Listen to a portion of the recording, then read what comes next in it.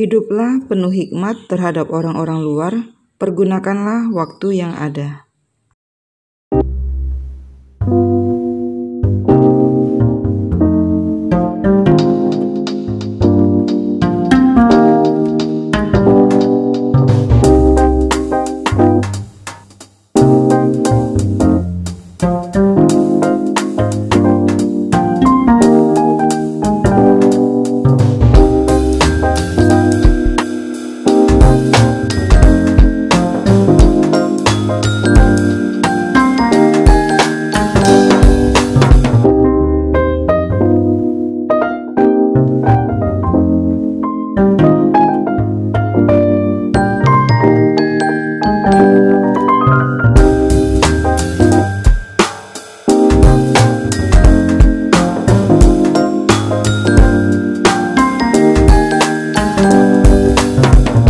Kali ini aku akan membuat sourdough bread dengan menggunakan sourdough. Sesuai dengan namanya, sedikit asam karena ini dari fermentasi buah.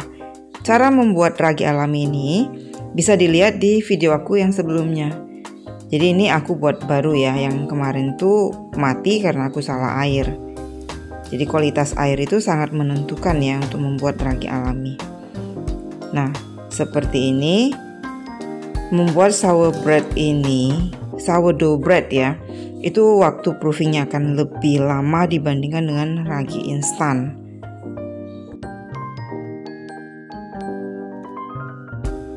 Ini dia bahan-bahannya sudah aku siapin.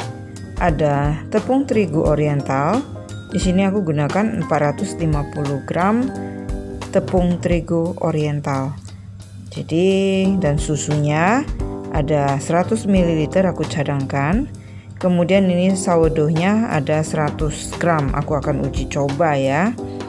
Kemudian ini ada 4 gram garam dan 70 gram gula dan 250 gram labu kuning yang sudah dikukus. Dan labu kuning ini aku masukkan dalam kulkas jadi masih dingin. Oke, ini sourdoughnya. Tadi aku udah tunjukkan seperti apa yang aktifnya. Jadi kalau sudah aktif itu sudah bisa kita buat roti ataupun donat, pizza dan lainnya ya. Oke, campurkan. Di sini aku uji coba aja ya, 100 gram sourdough ini nanti rasanya bakal asem enggak ya. Oke, kita akan campurkan. Seperti adonan biang ya, jadi dia cepat kalis nantinya kalau sudah kita gunakan sourdoughnya ya. Oke, ini kebetulan aku ada labu kuning yang belum terpakai ya, jadi daripada rusak jadi aku langsung buat aja roti labu kuning tapi menggunakan sourdough ya. Sourdough itu sebenarnya roti yang biasanya ala-ala bule ya, bule suka buat dari sourdough. Dan lagi tren sih kalau buat roti sourdough ini, dulunya beberapa tahun yang lalu aku juga udah pernah buat, tapi waktu itu aku belum berbagi di channel YouTubeku ya. Oke, ini diaduk aja sampai tercampur.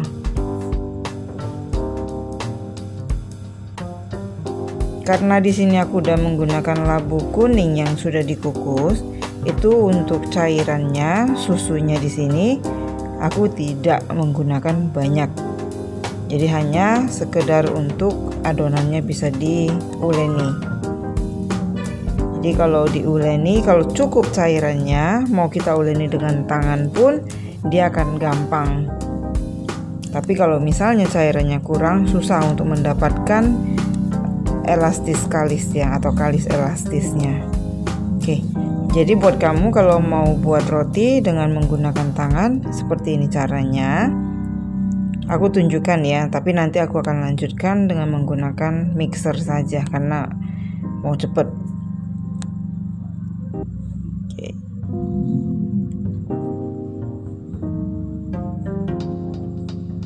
Kelihatan ya, jadi adonannya itu kelihatan cepet kalisnya. penanda kalis tidaknya itu ya dia udah nggak gitu tidak begitu melekat atau lengket di baskomnya lagi. Bisa ditambahkan lagi sedikit lagi cairannya. Jadi untuk buat roti atau buat yang lainnya, kalau ada cairan jangan patokannya ikut resep ya, karena tepung yang kita gunakan itu beda. Merek tepungnya beda, umur dari tepungnya itu juga beda untuk kadar penyerapan airnya, jadi beda-beda. Dilihat aja teksturnya nanti seperti apa.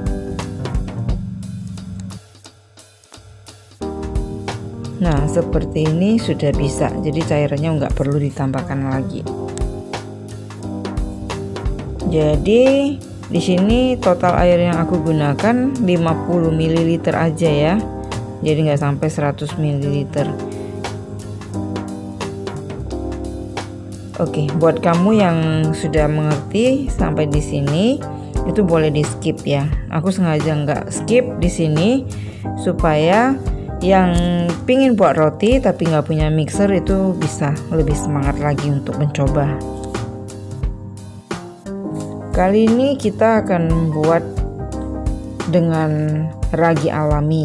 Jadi perbedaan ragi instan dengan ragi alami itu lamanya di proofing. Kalau ragi alami itu proofingnya itu cukup lama dan nggak menentu ya. Ada yang bisa 8 jam, ada yang bisa 12 jam, 18 jam. Jadi nanti kita lihat ini berapa jam proofingnya.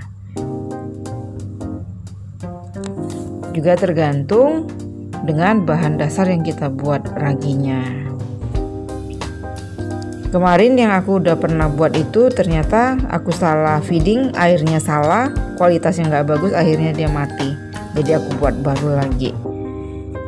Nah seperti ini ya, ini udah nggak lengket, ini udah bisa. Jadi kalau buat kamu yang mau mengulai nih dengan tangan, sampai di sini sudah bisa dipindahkan ke meja kerja. Nah seperti ini caranya, ditarik supaya glutennya itu keluar.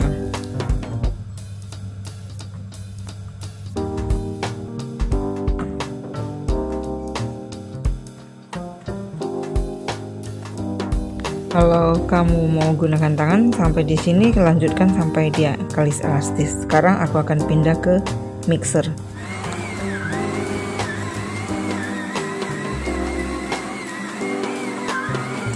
Jadi adonannya harus kalis elastis seperti ini. Ini namanya window pane.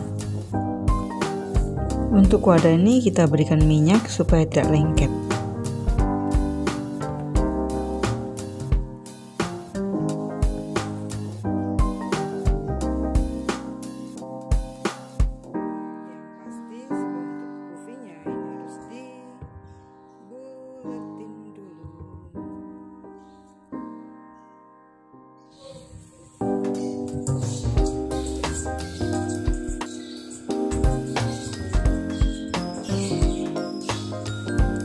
Ini kita biarkan dulu ya, jangan lupa ditutup dengan kain dan kita akan biarkan sampai dia double size. Ingat ya, ini tidak menggunakan ragi instan tapi gunakan ragi alami yang dikenal dengan sourdough. Jadi untuk waktu proofingnya ini sampai seperti ini itu panjang, dari jam 7 pagi sampai jam 7 malam. Jadi penantian proofingnya 12 jam. Ada yang bisa sampai 18 jam, ada yang cuma 8 jam, sudah bisa, tergantung dengan suhu udara dan juga kekuatan dari ragi yang kita buat. Ini prosesnya udah seperti membuat roti yang lainnya. Ini akan aku buat roti sobek aja. Dan untuk rasanya ini pasti ya, karena ragi itu kalau lama biasanya kan mau asem. Namanya juga sourdough, jadi pasti ada asemnya. Cuman secara medisnya untuk roti yang dibuat dari sourdough itu banyak benefitnya. Jadi bagus untuk pencernaan karena bakteri yang ada di ragi alaminya itu. Jadi ini prosesnya sama seperti biasa, bisa di rounding seperti ini.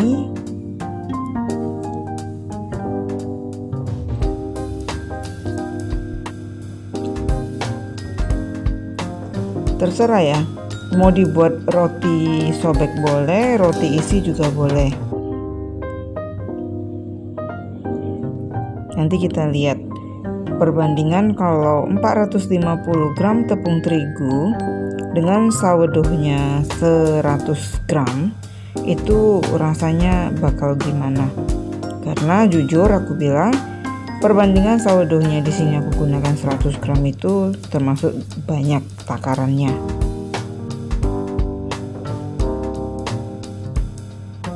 Penggunaan sourdoughnya itu tidak boleh melebihi 20% dari tepung. Misalnya tepung terigu yang kita gunakan itu 200 gram, berarti maksimalnya cuma boleh 40 gram. Itu maksimal ya, itu pun juga udah terasa asam. Jadi sebaiknya itu di bawah atau sekitar 20%.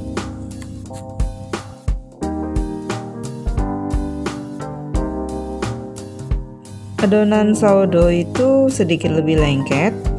Jadi untuk membantu bisa diberikan sedikit minyak atau margarin ataupun butter. Oke, ini akan aku lanjutkan sampai selesai. Ini udah selesai.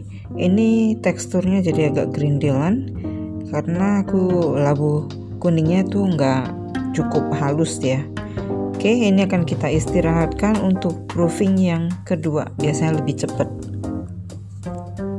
Oke, ini lebih kurang 1,5 jam sudah proofingnya seperti ini. Kalau sudah seperti ini, sudah bisa dipanggang. Kali ini aku akan gunakan oven tangkring. Jadi untuk buat roti tidak selalu harus menggunakan alat yang gimana gitu ya. Jadi tanpa oven listrik, tanpa oven gas, kita juga bisa buat roti dengan menggunakan oven tangkring. Jadi kalau kamu di rumah ada oven tangkring, ayo manfaatkan ya. Oke, itu ovennya udah panas. Kita lanjut oven dulu ya. Jangan dipoles dulu.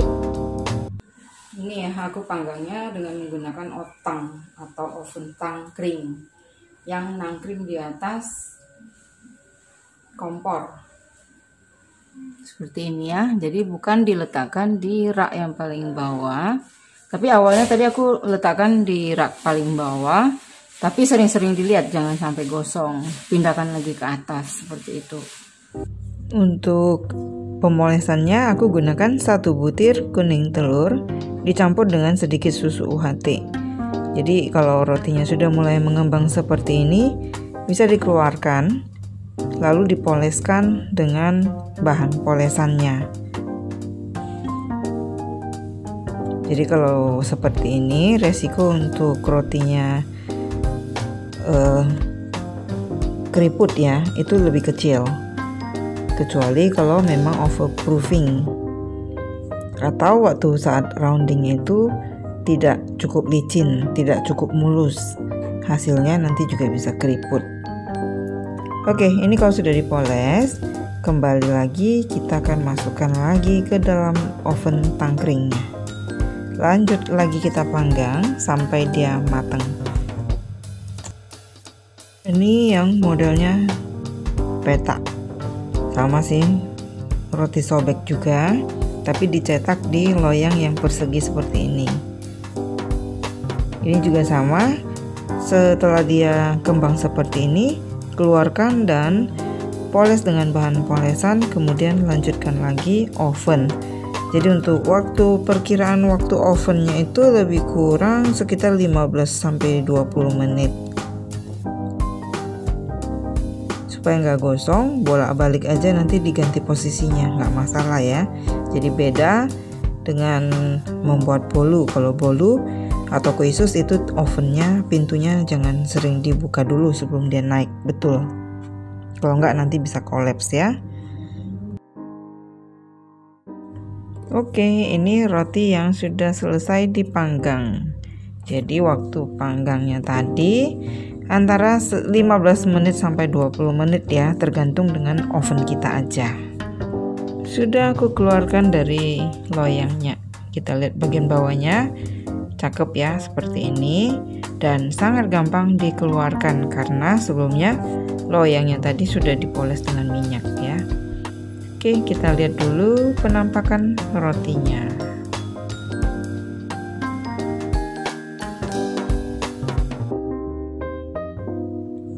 Untuk rotinya kita lihat jadi seperti ini. Jadi tidak beda dengan menggunakan ragi instan ya, cuman rasanya itu sedikit berbeda aja. Ini sedikit lebih asam karena agak ada sourdoughnya, dan perbandingan tadi aku sengaja buat lebih banyak. Oke. Tapi kalau mengulennya sudah sampai elastis, kalis elastis, dia akan seperti ini. Jadi pasti lembut roti ini. Oke, semoga video ini boleh bermanfaat. Kalau bermanfaat jangan lupa di like, di share ke teman-teman yang lain, dan juga buat kalian yang belum subscribe, di klik tombol subscribe-nya ya. Thank you for watching. See you. Bye bye.